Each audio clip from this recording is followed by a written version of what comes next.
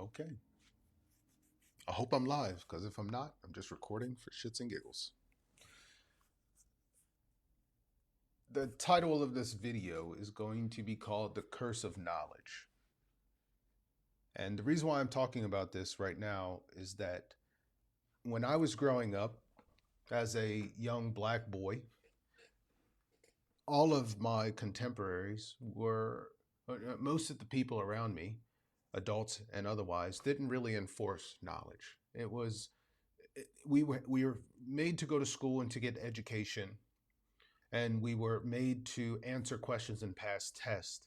But the ability to synthesize information to come up with new revolutionary or um, change worthy ideas was a little bit lacking.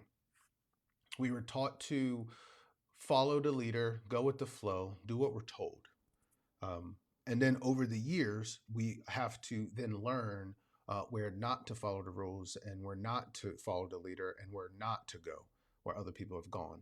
Part of adulthood for us, myself included, was unindoctrinating myself or de-indoctrinating myself, whatever the right word is, in order to discover who I am and discover what drives me, what passions I care about, what values I have, and so on. Before I go into a little bit of the detail about what the curse of knowledge is and how I've got to this point where I'm a little bit frustrated for being intelligent, smart, and for being curious in general, I would like to share why I'm sharing this in the first place. If you look out in the world right now, you see pain, torment, and you see bad things. And a lot of us, we want to hide ourselves from those things, and we want to be happy. We want to take care of our families. We just wish that the world was peaceful. Now, over the last few days, I've shared information to people who deliberately asked it, and some of these people are very close friends of mine. I want to quickly say that this is not a video in response to them. I'm merely just going over a series of conversations that have been had recently, and where I stand with that personally, and how I'm taking that. On multitude of occasions, I've had conversations with people who ask me questions about things that happen in the world, and I provide my answers, but then they're shocked by the answer I provide because I guess they're shocked about my perspective. But so in this video, I'd like to highlight a little bit about my perspective and how I've come to some of the conclusions I have. And also I want to talk about why that's a problem.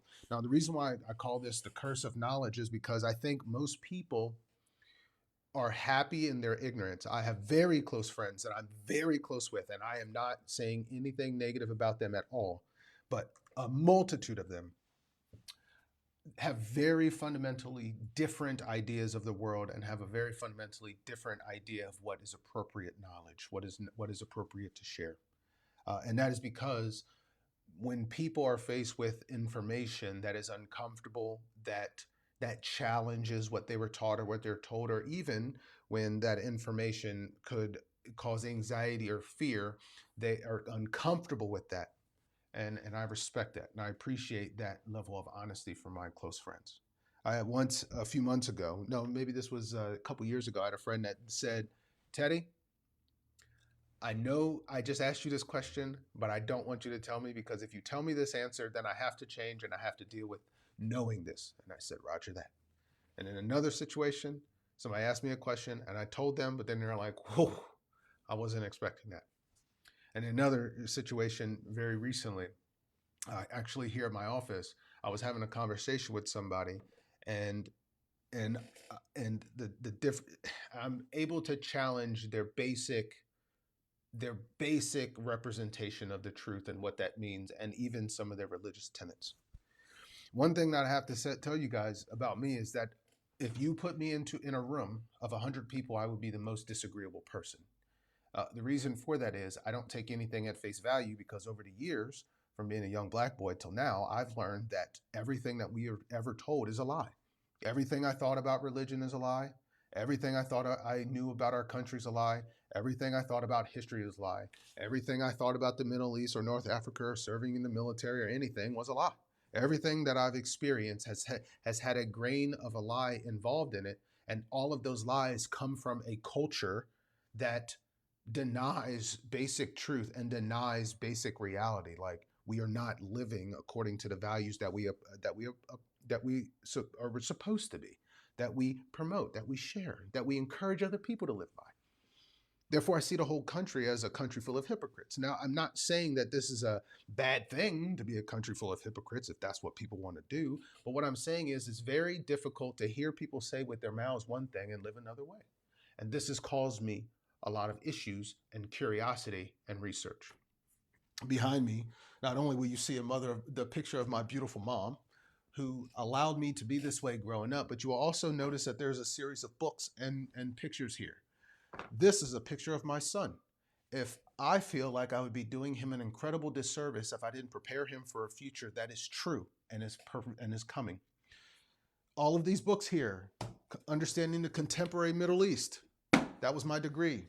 Strategic Planning, my career. Worry of Delight, my personal philosophy and how I approach life. Art of War, my career.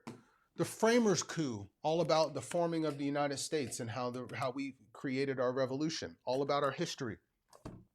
Post-traumatic slave syndrome, all about how Black people in our country act and interact and how we treat ourselves and how our subculture is basically created by slavery and how that is and how our culture and the way that we act is detrimental to ourselves and to the rest of the world. And then over here, we have books about unity and multiculturalism, 5 levels of leadership, Black awakening, capitalist America.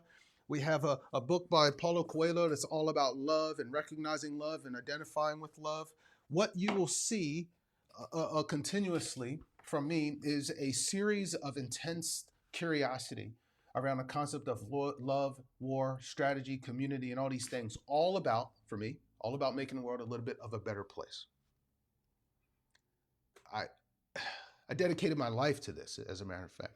So for the last 20 years, my background has been in, Middle East and North Africa, studying at the University of George Mason, get my degree in global affairs, which is the focus of international relations as it relates to globalization, which is the exportation of American cultural and economic hegemony on the world and the effects of the people around the world.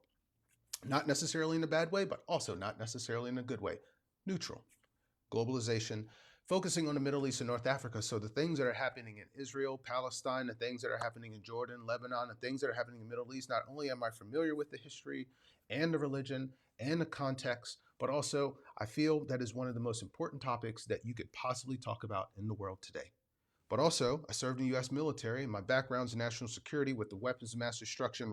So Chem Bio Response, weapons of mass destruction consulting and response, and then ultimately strategic planning for emergency management, which ultimately led me to being a master trainer and a training strategist or learning strategist in a variety of fields.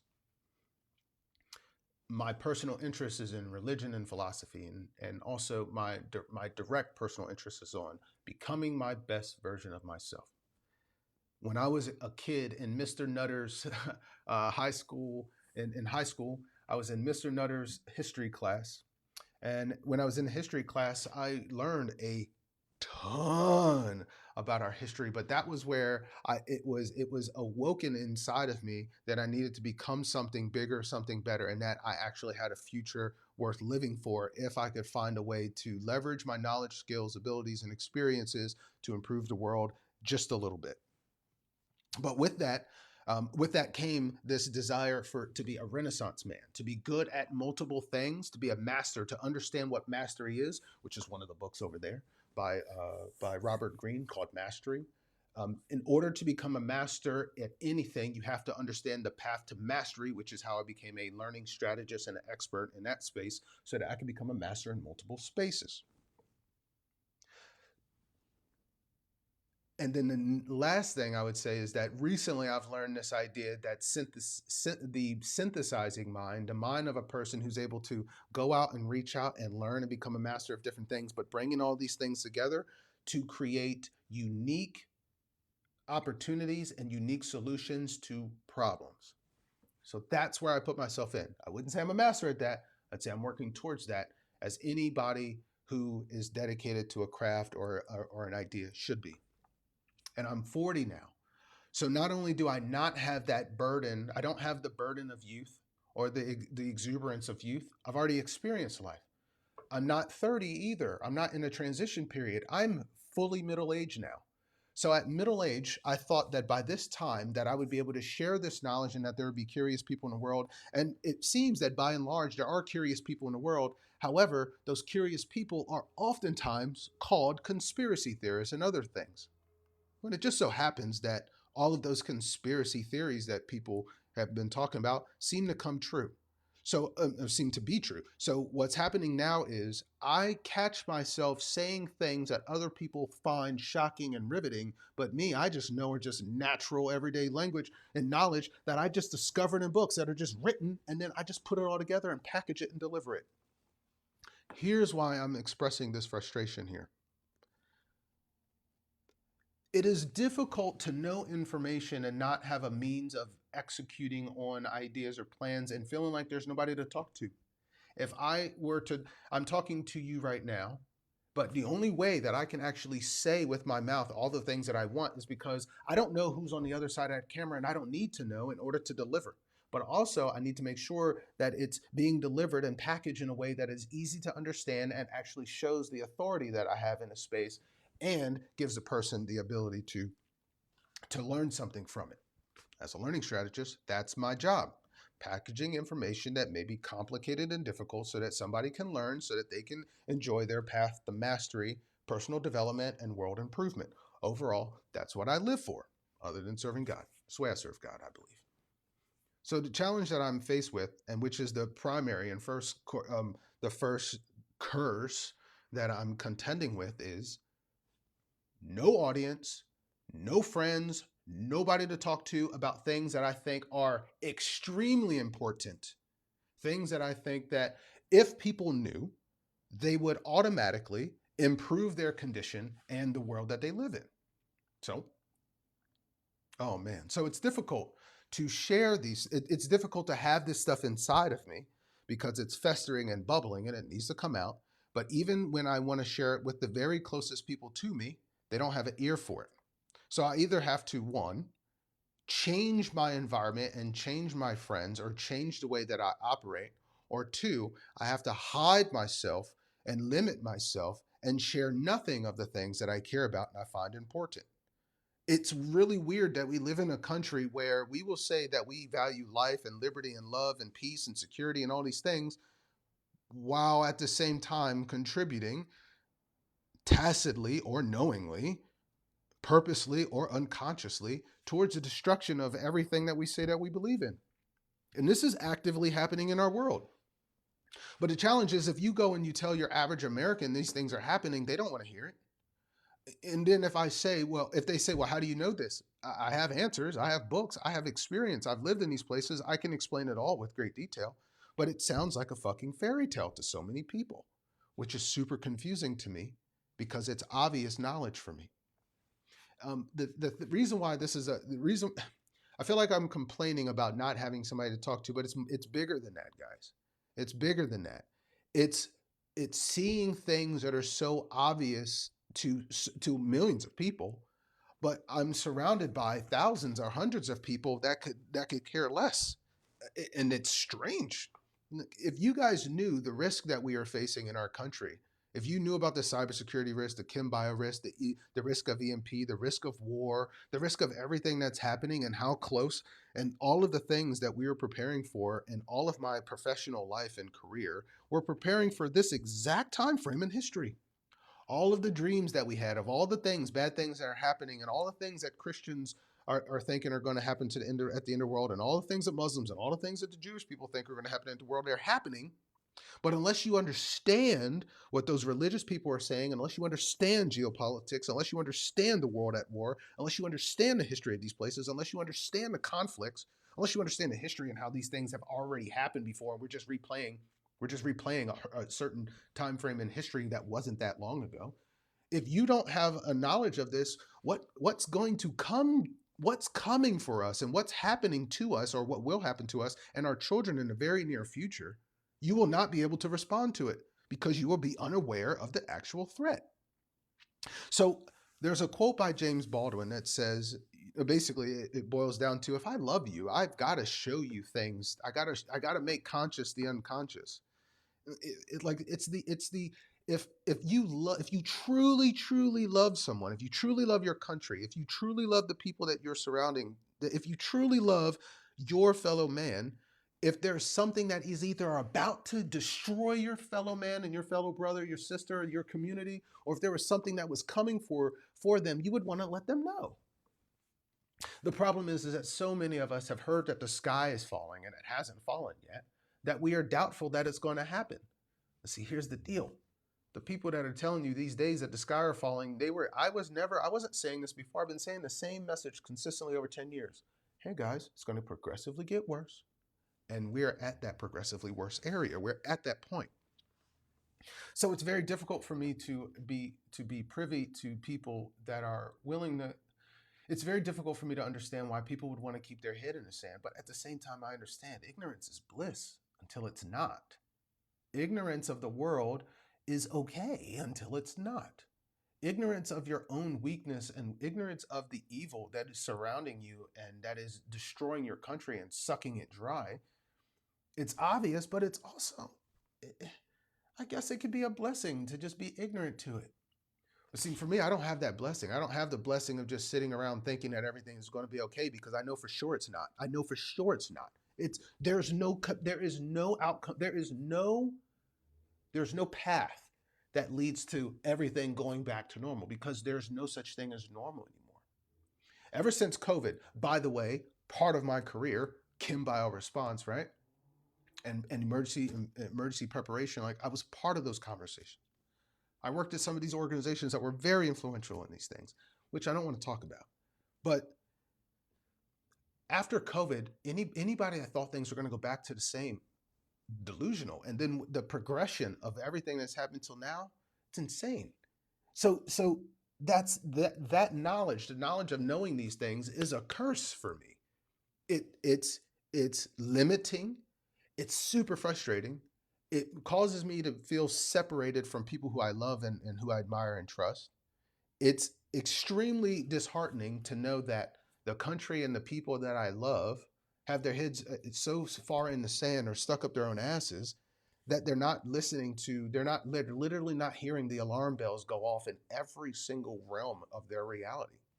Like when we have, and I don't want to keep talking about negative things, and that's the problem, is I don't want to talk about sex trafficking and it being real. I don't want to talk about drug use and how the government has literally pumped Afghanistan's opium into our pharmaceutical industry and got most of our country addicted. I don't want to talk about how we're going to wars for bad reasons. I don't want to talk about the slaying of children and innocents. I don't want to talk about the forced manipulation of various countries around the world by our own government. I don't want to talk about how we are failing as a state, that we are teetering on the brink of civil unrest and possibly civil war after this election. I don't want to talk about the failing of our economy and the multiple trillions of dollars that we owe to no one. I don't want to talk about the corruption within our government and all of our federal agencies. I don't want to talk about any of these things. I don't want to talk about the EMP threat of EMP and cybersecurity attacks and Kim-Bio attacks and just general war. I don't want to talk about the strategies that could take our country out in a year. But there are movies about all of these things. But it's not entertainment. It's not entertainment, people. So it's a curse to know that things are real and really happening and shit is falling apart. It would be like being in a fire in a kitchen and it's burning down and everybody around you is celebrating and acting like everything is okay, like going about their random business, like making a hot dog in a fire, or they're taking their kids out to play outside as their houses are burning down. This is an active thing that is happening, and I hope that I'm not being too dramatic about it, because I'm not a dramatic person. I'm not being dramatic. It's real. It's not a fake thing. So it's a curse to know these things and to be able to share these things and be able to see these things and to do it from a place of knowledge and to do it from a place of preparation, but not having anybody to talk to about it, not having anybody in my community that gives a crap. There are things that we could be doing right now in every city across America that we are not doing. And it's very simple things. It's called emergency management and emergency preparation. People getting education about the risk, knowing what to do, stockpiling it. All of our tax money could go towards stockpiling things for a rainy day. There's a story of, and forgive me if I'm talking fast, guys. This is how I do. There, especially when I'm feeling passionate about something. There's a story of an ancient Israelite named Joseph going into Egypt, and after being locked up as a captive and a slave and being imprisoned. There's a story of this man coming out and saving Egypt from a famine of 7 years because he was able to interpret a dream. This was a wise person during a time of ignorance, able to deliver a message that people heard and started preparing for. There's history in the Bible, as well as the Quran, as well as the Torah, of a man named Jonah who was able to go back to his people and warn them of great calamity coming to go back to the people of Nineveh to warn them of a great calamity that's coming to them, and that those people listened and they turned around.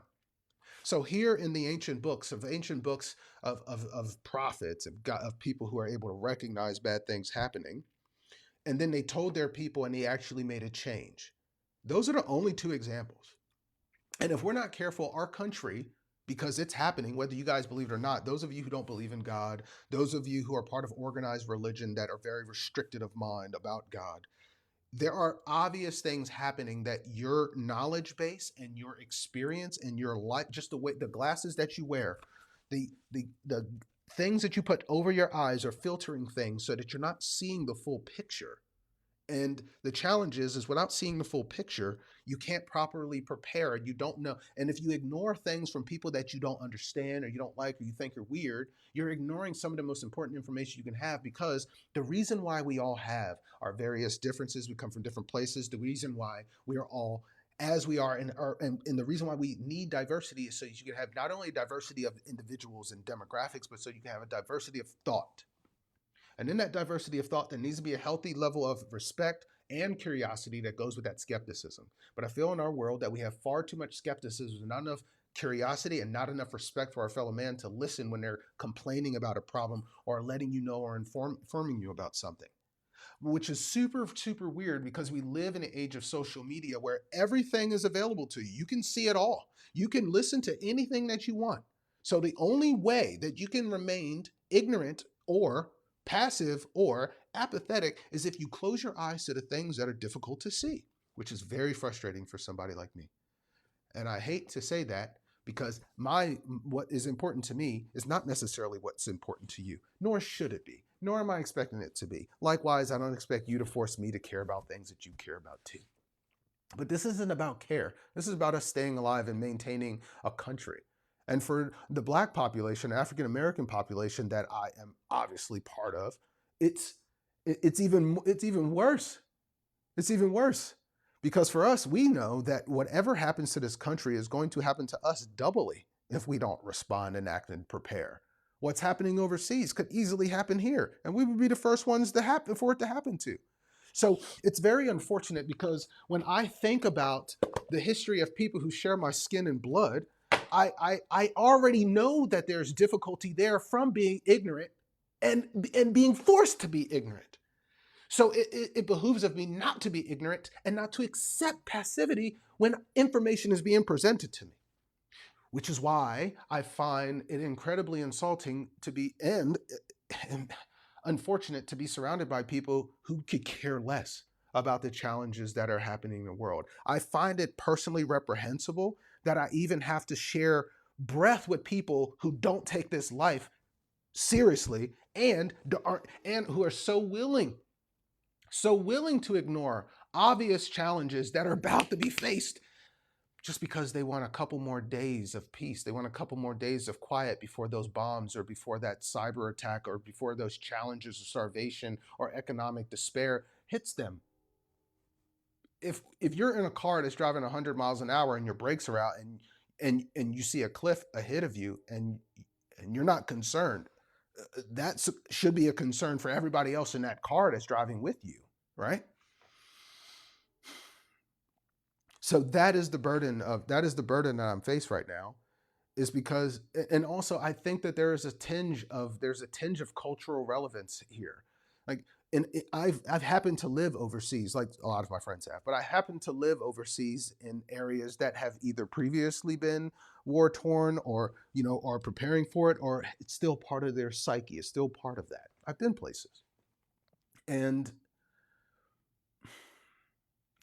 anywhere people have struggled in the past, they don't tend to keep their eyes closed. It seems to me that our country is we live in a place where it's been good for so long that we think it's not going to get bad. In the last 4 years, all of your goods have increased by 25%. Just in the last 4 years, just in the last year, it's been 4%. So from the previous year, which was like 6% of the previous year, and so on. So no matter how you spin it, there are challenges coming, even if you're not worried about anything else happening in the world, just about the economics. There are challenges coming that all of us will have to face at some point in time in the very near future. So, so this is the challenge. You know, all of the people that I respect, admire, and appreciate the most out of life were either extremely well educated people who could foresee things in the future, or from my holy books of the Quran and the Bible, in the Torah, the prophets who delivered messages of not only of peace and of prosperity and of a future to come, but also warnings. The curse of knowledge is is something that all of us should share equally, and it's something that all of us should, not the curse of knowledge, but the desire to go out and get knowledge, to seek it, and to improve ourselves in the station of those around us should be something that, at least in my mind, is a part of my like code, is part of my value system. And it's challenging to me that I can't think of a reality where this is not like ubiquitous. Anyway, I'm digressing. Let me slightly change the subject and provide you with some definitions of some key terms so that you're aware of what I'm talking about. There is a concept of ignorance, and there's a concept of nescience. Ignorance is when I hand you a book or I give you information and you choose to ignore it or put it on a shelf and not even pay attention to it. It has no effect on you, but you know it's there. It's not being hidden from you. And then there's a concept of nescience. Nescience is spelled N-E and then science. Nescience means that information has been purposely taken from you, hidden and obscured so that you can't get to the truth. Unfortunately, in our world today, most of the information that you would need to make critical and good decisions is you're nescient from. You don't even know exist. So when people do come around to provide that information to you, you see that as a lot of people see that as they would say that's a conspiracy theory, or they would say, where did you get that knowledge, or prove it, when it's easily proven, easily seen. But nescience means something's been hidden from somebody has deliberately hidden something from you. And unfortunately, many of us are so used to a state of nescience that knowledge looks crazy to us, right? So while knowledge does look crazy to us, all of our lives we've been presented with information that alludes to it. People write about everything in history. There's thousands of libraries all over the world with books completely untouched and unread. So if something bad were to happen, we can't say we didn't know. Information was given to us. And if we didn't know the information, then so be it. We can't really be blamed. But that's the thing. And here's one of those God-fearing parts of me. No nation that's ever been destroyed was destroyed without giving warning. They could all see the alarm bells were going off, because if the alarm bells don't go off, you can't really be blamed, and you'll find a way to piece it all together. But if the alarm bells are going off and you and your country are actively destroying itself, well, there's an opportunity for change. But many countries and communities don't do that. And here we are faced with an opportunity for change, that requires us to completely look at ourselves in the face and face the music. Unfortunately, as I'm learning, people do not want to look evil in the face and face the music, because when they look in the mirror when they're looking for evil and they look for evil out in the world, ultimately the finger points back at us for our lack of action, for our lack of understanding, for our lack of knowledge. And who can we blame when our country, when our government, when our lives fall apart, but ourselves? So here's the deal. We are the most apathetic and ignorant nation that I could ever imagine, from a nation of the most educated people to a nation of the most ignorant, apathetic people. People who can literally see children being bombed on a screen and say that's okay. People who will fight for, people who will say with one mouth in one way, no justice, no peace, but then would be willing to commit injustice on another. We have people who say they're all about life and love and peace and all of these things. But in order to enjoy your life and love with peace, you also have to have a strong and loving and peaceful community. But I do not see that within us. How could we maintain a great nation of any type of moral superiority when we ourselves are morally bankrupt? How can we export a culture to the rest of the world when we don't respect the rest of the world? How can we claim that we have the moral high ground and we deserve our station and our place in the world when we ourselves are, by and large, supporting that destruction around the world and have been doing it for so long that we think it's right?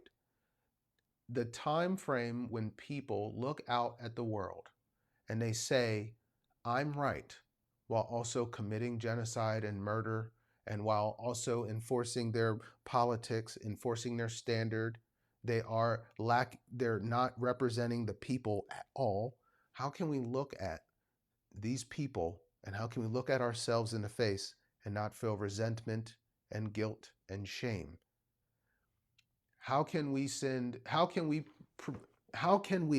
knowingly right now, I have an 8-year-old son and a 3-year-old son, and almost all of my friends have children. Everybody who has children should be concerned with this. How can you knowingly involve and allow what is happening in the world to continue to happen, knowing that your children are going to have to go overseas in less than 10 years, between 5 to 15 years? Your children will be going over and your children will be dying to defend something that is fucking wrong. And there is no recourse. There's no opportunity for change unless we're willing to face the facts, unless we're willing to sit back and face the music of our own nature.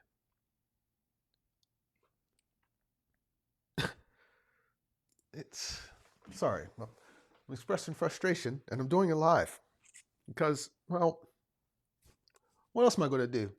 My workday's over. I have nobody to talk to about anything that's important, but I'm constantly bombarded on social media. I can't even go on my social media and scroll for 2 minutes without seeing a child dead. I can't, and I'm not looking for it. I can't go to my social media for more than 5 minutes without seeing something, some like travesty, some like natural disaster happening in the world, and knowing that I have friends in those locations that I can't help. And that we are sending our tax dollars over for killing when we could be spending our tax dollars on saving lives and helping people rebuild their lives. And then the other thing is my soul will not allow me just to ignore it and just go away. My soul, my actual spirit will not allow me not to think about it. It will not shut up. It just keeps talking to me and telling me to open my mouth. Because what I see is very obvious.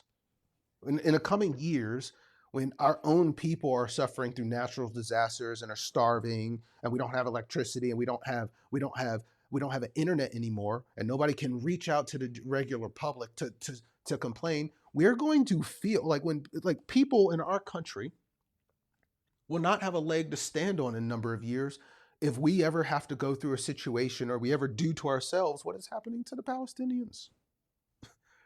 And also, I want you to think about something real quick. For all of you people who are not Zionist, and who are not, let's just say you're not part of the chosen people. What if it's happening there? What do you think? What do you think is going to happen here?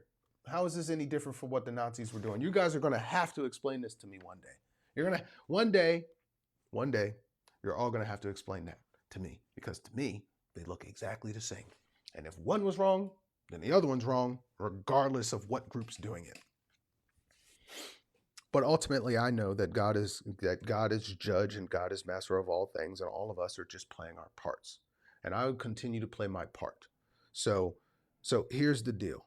Like if you all even have an inkling of love for the Most High in your hearts, or inkling of love for humanity, you will pay attention. You will pay attention to the injustices that are happening, and you will do something about it, even if it's opening your mouth on a camera, because that's all you can do.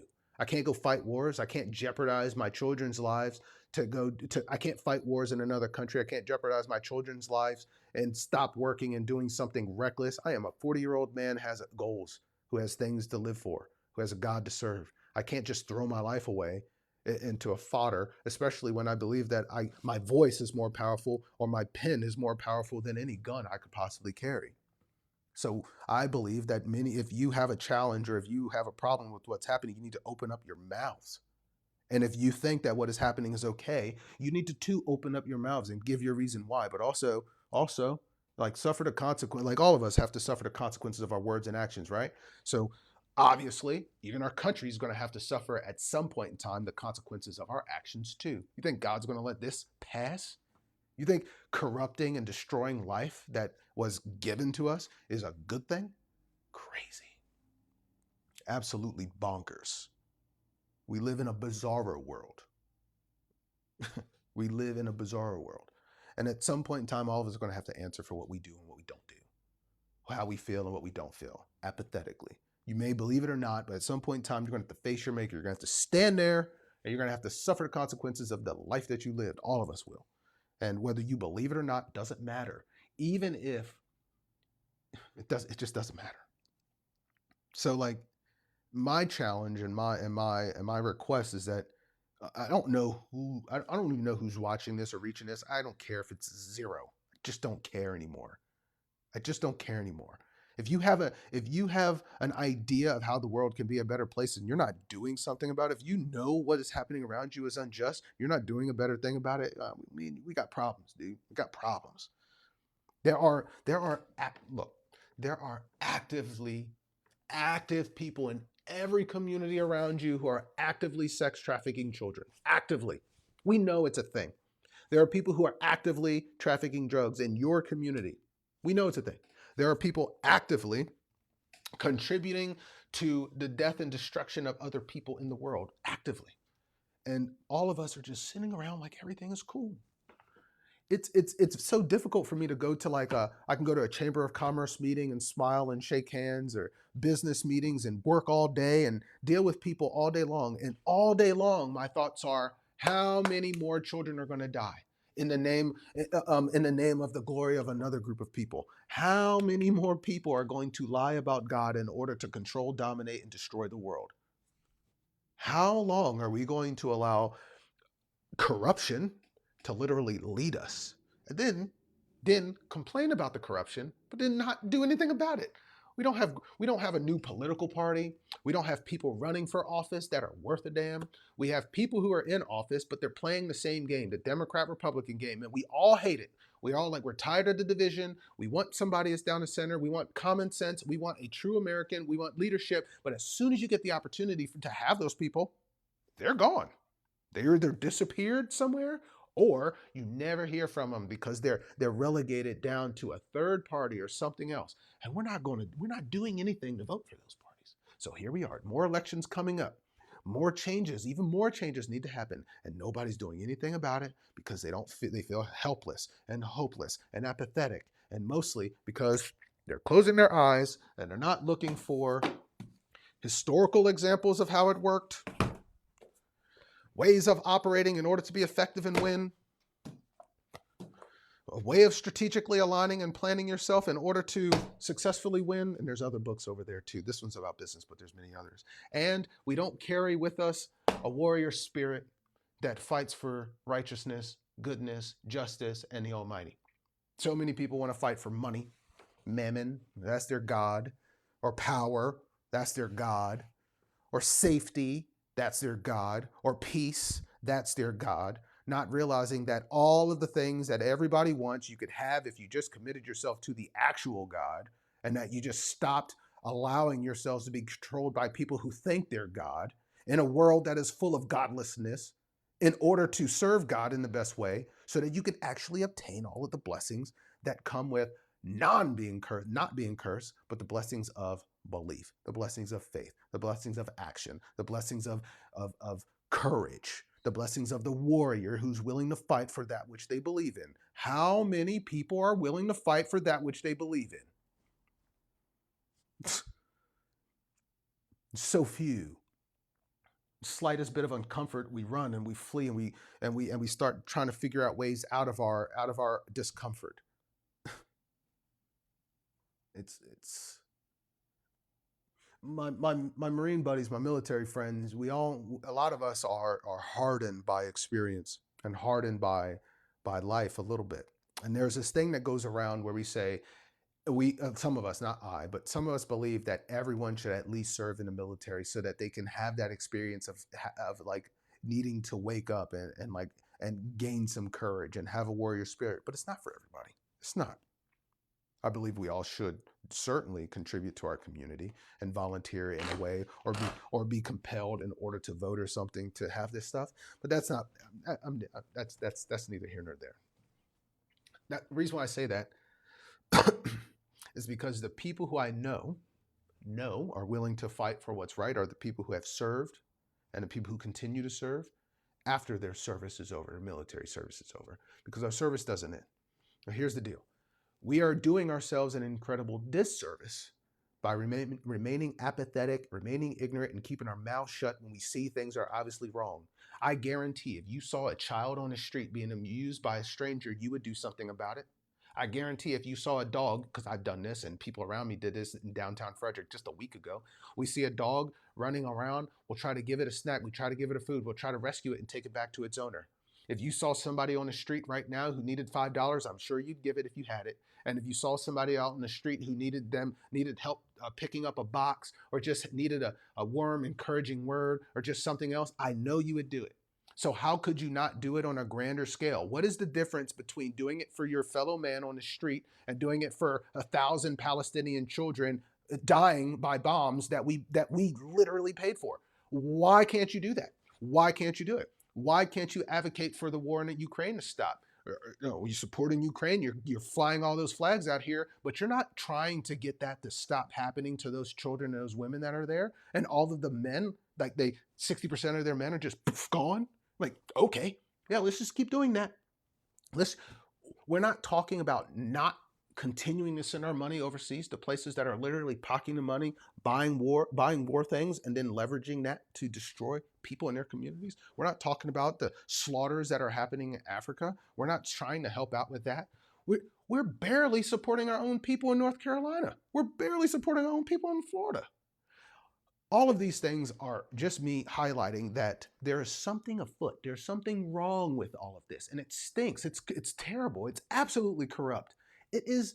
If anybody from 1960 to 1990 lived at was an adult and got picked up out of their time frame and dropped into this time frame, you would automatically consider this a dystopia, a terrible dystopia, a dystopia that nobody would want to live in.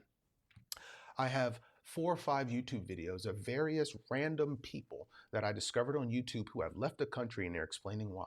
Now, this is coming from somebody who was living out of the country and came back reluctantly right after COVID, only because I needed to be here to make sure that my father was buried, to make sure that my son was born, and to be there to support my mom when she died. And now a lot of the most important people in my life are gone. And so I'm going to advocate for additional important people, because I didn't come back home to just be comfortable and be at peace and be happy and just keep my head in the sand and not recognize what's going on in the world. I made a commitment to all of you all, every single person in our country, that I would defend our country from enemies, foreign and domestic. Did my oath somehow go away? No. So all of you military guys who are out there doing your thing, you two are culpable, and you two have a responsibility and a duty to take care of business and open up your freaking mouths. And if you agree with what's happening, open up your mouth so we can hear it. Let's hear your rationale. Additionally, all you school teachers out there, you have a duty. All you principals, all you business leaders, all you political leaders, all all of us have a duty, and none of us should be allowing any of the corruption, but we are. And it's festering at the seed of our political parties. It festers at the seed of our communities. So if you have a mold or a bacteria or something in your life or surrounding you that is choking you off from air and oxygen and from the ability to grow and thrive and survive, and they hit that sunlight and get fresh, get water and help in an environment that cultivates your growth. If you are surrounded by corruption as mold that is preventing this growth, it behooves of you to ensure that that goes away. But again, you have to be willing to accept the curse of knowledge, because with that knowledge comes the ability to take action and to get active, and with activity, and then you take that hope and you turn it into faith. And then if you have faith and you have a lot of action and you have a plan with a bunch of other people and you have opportunities, now you have a strong community who's capable of changing the entire world. But no, no. It's not going to happen, because my people are too scared to do anything about it, because we've been indoctrinated to just shut up and just be, and just allow our culture to just rot us from the inside. And all the rest of you guys out there who are apathetic, like if you happen to be this color, yeah, the world looked pretty good to you for a long time. Looked pretty good for a long time, but now it's not starting to look so good, and you can't blame it on anybody else. None of us can blame any of the things that are happening on anybody else, because we are allowing it to happen. It's absolutely infuriating. How much long? 45 minutes of me talking nonsense? Sure, whatever. I'll keep going too. I don't care. Very frustrated, guys. I'm over here considering, like, I'm speaking freely right now and alive. But since 2016, I ran for Congress just to see if I can do it. I wanted to figure it out. I wanted to see if there was a path, if there was a way towards victory. And I discovered that there is a possibility, there is a path, there is a way. And it's coming up very soon. Not this election, but the next election, there will be opportunities. There's opportunities for new political parties. But before any of that stuff can happen, before I'm even willing to put my life on the line like that, I need to know that that other people are seeing the world this way. Because if they're not, then I'm wasting my time, and I just need to warn and go the fuck away, right? There are countless examples, and I go back to the Bible and the Quran. There are countless examples of people who have gone to their nations and they said, hey, Noah, for instance, hey, I'm building a big boat. I feel like a flood's coming. And then it comes, and then all but 5 or 6 or so perish. Or let's say there's others. There's a lot of others, a lot. Hey, you guys should probably change, but you're not going to change. Here comes the destruction. Rome even. Hey, Rome, you're probably not changing. Here comes your destruction, or your transformation into a church. At any rate, every single nation faces this time. There's a book written called The Fourth Turning, and it talks about the cycles of nations, specifically the American nation, and talks about each generation and what each of those generations has to contribute and what they'll be turned into. And the book has been like, this is one of those things I'm talking about. Remember I was talking about like the curse of knowledge, and people will put out knowledge and they'll put it out there, and all you have to do is read it or tap into it, and then you have access to it, and you can merge it and synchronize it and synthesize it with other knowledge. Here's one for you, a book called The Fourth Turning. Look into it. It'll tell you exactly what's happening now, and they anticipated it in 1998. They outlined all the things. There's videos of the guy now. One of the authors passed, but there's another author. He goes on YouTube now. He talks about it all the time. The COVID disaster. They predicted it, not directly. They didn't say, oh, COVID's going to happen, but they say it could be anything, a natural disaster. It could be a biological thing, and they acknowledge that, and it happened. But the reason why they said it is they are acknowledging that our millennial generation was a generation that was either going to witness the destruction of our country or was going to accept the need for change and make radical change. So here we are, 2024. We're 2 years away from what I think is absolute chaos, maybe 5 years max from absolute chaos and pandemonium. And we have a very small little window to actually do something about it. But in order to do something about it, you have to be informed. You have to know the risk. You have to know the challenges. You have to be able to work together and figure and strategize a plan and then figure out the roles and responsibilities of people who get to it. And then you have to go and get to it. But you can't be scared. We can't be scared to open our mouths live. You can't be scared to talk to your neighbor, and you can't be scared to offend a couple people who simply want to keep their heads in the sand and ignore what's happening around them because their life and their world is full of destruction. You don't want to be the 80-year-old person, and I'm talking to all of you guys who are about 63 to 80 or 63 to 70. You don't want to be the 80-year-old person who's suffering and starving out in the streets because everything that you ever worked for was destroyed because our country fell apart and you have no social security, you have no food, you have no shelter, no community, no protection, and no provisions whatsoever, and no ability to respond to an emergency. God forbid. Like none of us want that. None of us want that. But the only way to prevent that is to do something about it now. The only reason you would do something about it now is if you knew it was a risk. And the only way you're going to know it was a risk if you actually listen to people who are telling you bad shit is happening and you open up your freaking eyes and you deal with it. Running from your problems, running from our problems as a nation, as a country, as a subculture, as multitudes is not going to make the problem go away. It's only going to exacerbate the problem and make you less capable because you're going to be older and less capable, or you'll be younger and uninformed and less capable. Both the young people are incapable and the old ignorant people who allow themselves to age without confronting the challenge and not preparing for it will not be able to respond. Some of us in our age range and demographic might survive whatever comes, but who knows? We don't even know what the risk is because we're uninformed. We are at the precipice of World War III, and we are at the precipice of a fall of our country. We are clearly in economic straits, and we are marching off of the cliff without anybody saying anything to anybody else around them, and it is crazy to me. It is absolutely crazy to me. So for me to spend the last 20 years of my life researching chem bio response and war strategy and the Middle East and North Africa and religion and cybersecurity and national security, to see all of these things converge at the same time into like warning bells should be going off in all of your heads. Okay. That's all I wanted to say. I accept the burden and the curse of knowledge because without it, I have no hope to improve myself or the world. If without the burden of knowledge, neither do you. Without making a conscious choice to actually go out and learn and open up your eyes and take off your rose-colored glasses, you're not going to learn anything. And take it from me. If you are hearing this, and this sounds even remotely uncomfortable to you, you are wearing glasses that are rose-colored. And if you hear this and you understand this and you can think this and articulate this and you understand what I'm saying and you get it, it's time for you to too open up your mouth. And it's time for you to start working with people around you who get it.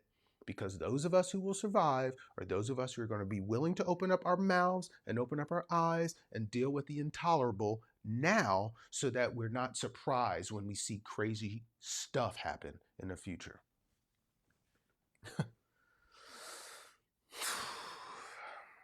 These. The very idea that we have so many of us who are willing to advocate for the death and destruction of other people means that it's a sure sign that we deserve it ourselves. And I do not like saying that with my mouth.